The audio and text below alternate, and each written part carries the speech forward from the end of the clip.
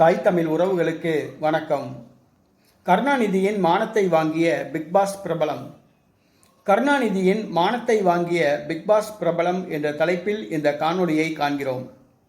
கருணாநிதி அவர் மறைந்தும் மக்களால் இகழப்படுகிறார்.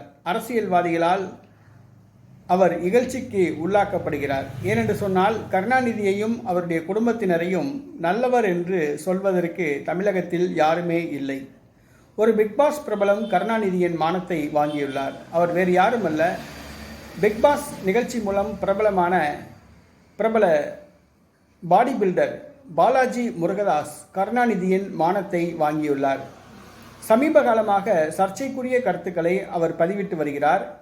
அவர் ட்விட்டரில் நசுக்கப்பட்டோம் பெதுக்கப்பட்டோம் என்று கூறி வாரிசு நடிகர்களை வைத்து படம் எடுக்கிறார்கள் என்று அவர் சர்ச்சைக்குரிய கருத்துக்களை தெரிவித்திருந்தார். அதற்கு எதிர்ப்பு தெரிவித்து உதயநிதியின் ஆதரவாளர்கள் கருத்து தெரிவித்ததாக கூறப்படுகிறது. இந்த சூழ்நிலையில் பிக்பாஸ் பிரபலம் பாலாஜி முருகதாஸ் கருணாநிதியின் மானத்தை வாங்குகின்ற அளவுக்கு ட்விட்டரில் தன்னுடைய கருத்தை பதிவு செய்துள்ளார். என்னவென்று சொன்னால், உதயநிதிக்கு இவ்வளவு பணம் எங்கிருந்து வந்தது? உதயநிதிக்கு இவ்வளவு பணம் எங்கிருந்து வந்தது?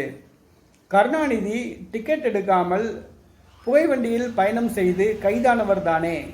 இவரது குடும்பத்துக்கு இவ்வளவு சொத்துக்கள் எப்படி வந்தது என்று ட்விட்டரில் தன்னுடைய கருத்தை பதிவு செய்துள்ளார். இதனால் நெட்டிசன்கள் முன்ஜாமீன் வாங்கிக் கொள்ளுங்கள் என்று பிக்பாஸ் பிரபலம் பாலாஜி முருகதாஸ்க்கு அறிவுறுத்தி வருகிறார்கள்.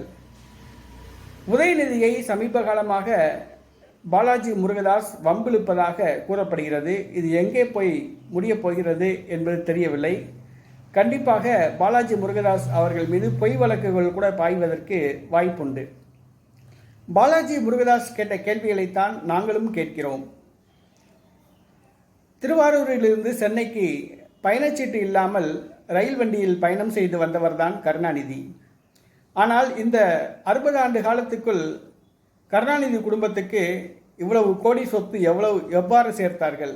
அதற்கு பணம் எங்கிருந்து வந்தது? ஏறத்தாழ குறைந்தது ஒரு 3 லட்சம் கோடி ரூபாய் அளவுக்கு கருணாநிதி குடும்பத்துக்கு சொத்து உள்ளது. இவ்வளவு சொத்து சேர்க்கின்ற அளவுக்கு பணம் எங்கிருந்து வந்தது?